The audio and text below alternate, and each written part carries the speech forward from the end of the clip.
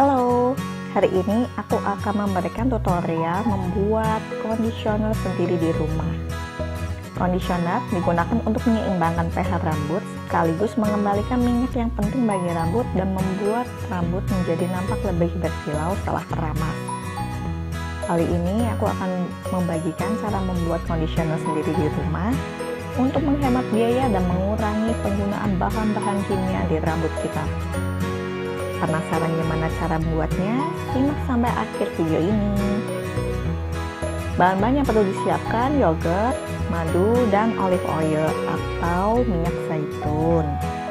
Yogurt mengandung laktik asid dan zinc yang bagus untuk pertumbuhan dan menutrisi rambut. Nah, untuk cara pembuatannya, tuang 2-5 sendok makan yogurt ke dalam mangkok, kemudian tambahkan 1 sendok olive oil dan 1 sendok madu. Campur dan aduk semua bahan hingga berbentuk seperti pasta.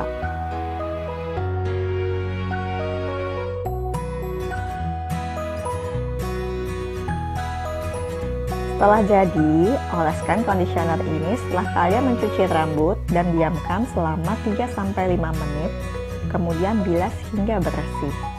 Gunakan conditioner ini setidaknya 2 kali seminggu untuk mendapatkan hasil yang maksimal.